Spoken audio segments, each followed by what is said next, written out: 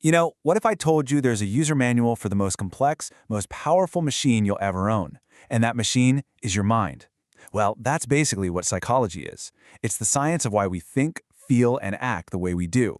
And today, we're going to peek inside that manual and unpack some of its most fascinating secrets. So let's dive right in. So, let me start by asking you a question, a really direct one. Does your mind ever deceive you?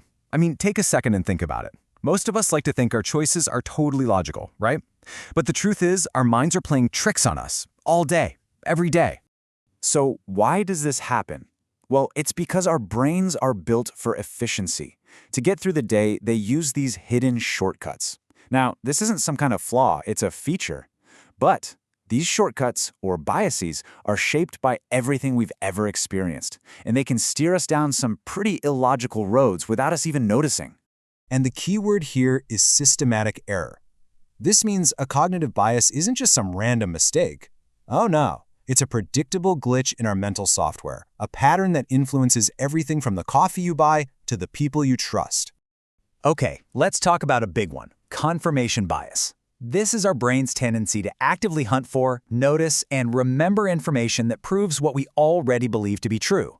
It's like your mind isn't a scientist trying to find the objective truth. It's more like a lawyer building the best possible case for its existing opinion. So here's how this actually plays out. Let's say you believe people with blue eyes are smarter. You'll notice every single smart blue-eyed person you meet, and you'll think to yourself, see, I knew it, I was right. But when you meet a super smart person with brown eyes, your brain just kind of dismisses them as an exception to the rule. We're basically creating our own little filtered reality. And it's not just our existing beliefs that trip us up. Sometimes it's the very first piece of information we get. This is called the anchoring bias.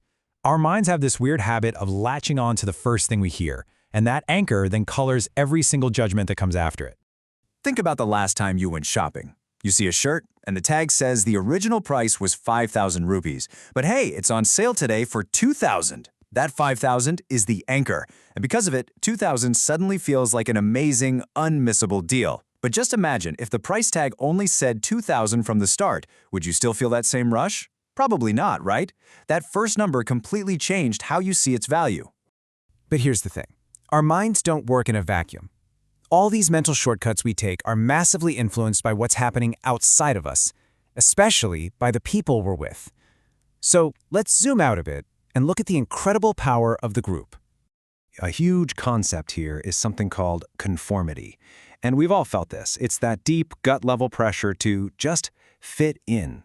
It's the powerful, often unconscious drive to change what we think or do just to match up with the rest of the room, even when we know the room is wrong. You can see this perfectly in the classic Ash experiment. So people were asked a really simple visual question, something they could easily get right on their own.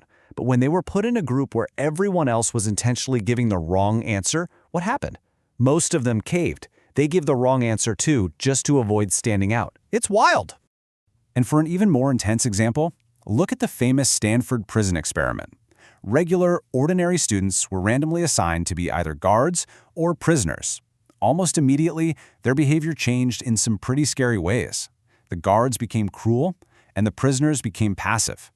It's a really chilling reminder that the situation you put someone in can sometimes be powerful enough to completely change who they are. And this link between our inner world and our outer actions, it goes way deeper. Psychology shows us this incredible, intricate connection that ties our thoughts, our physical health, and even our relationships all together. You've probably heard someone say, "Oh, it's all in your head." Well, psychology shows that's not exactly how it works. When you're constantly feeling stressed or anxious, that emotional state has very real physical effects. It can actually weaken your immune system, making you more likely to get sick. So yeah, your mind has a direct line to your body. So how do we connect with how other people are feeling? Well, a huge piece of that puzzle is something amazing called mirror neurons. These are special brain cells that fire up not only when you do something, but also when you just watch someone else do it. You see someone smile, and these neurons fire as if you were smiling. It's incredible. They literally mirror the world inside your own brain. This is empathy on a neurological level. Okay, so we've talked about our mental glitches and how groups affect us. But what about the bigger picture? What's the point of it all? What really drives us forward? Psychology actually gives us a pretty neat framework for understanding this universal human quest for motivation and meaning. And that framework is Maslow's hierarchy of needs. The idea is actually super simple, but really powerful. You have to take care of your most basic needs first. We're talking food, water, shelter. Once that's covered, you can move up to feeling safe. After that, you need social connection, love and belonging. Then comes self-esteem. And only when all those other layers are solid can you really chase the top of the pyramid, self-actualization, which is just a fancy way of saying becoming the best possible version of yourself. All right, so what does all of this actually mean for you in your life right now? The coolest thing about psychology is that it's not just a bunch of theories. It's a practical toolkit. It gives us real strategies we can use to understand ourselves better and honestly build a happier life. And there's a whole field dedicated to this called positive psychology. Instead of just focusing on what's broken and how to fix it, this field asks a different question. What makes people truly thrive? It's the science of what makes us happy, resilient, and fulfilled. So, let's pull all these threads together. Look, understanding how your mind works is like having a superpower. Seriously, it lets you spot your own biases in action, grasp that deep link between your emotions and your health, and think about why you do the things you do. And it gives you access to scientifically proven tools, like practicing gratitude every day, that could genuinely boost your well-being.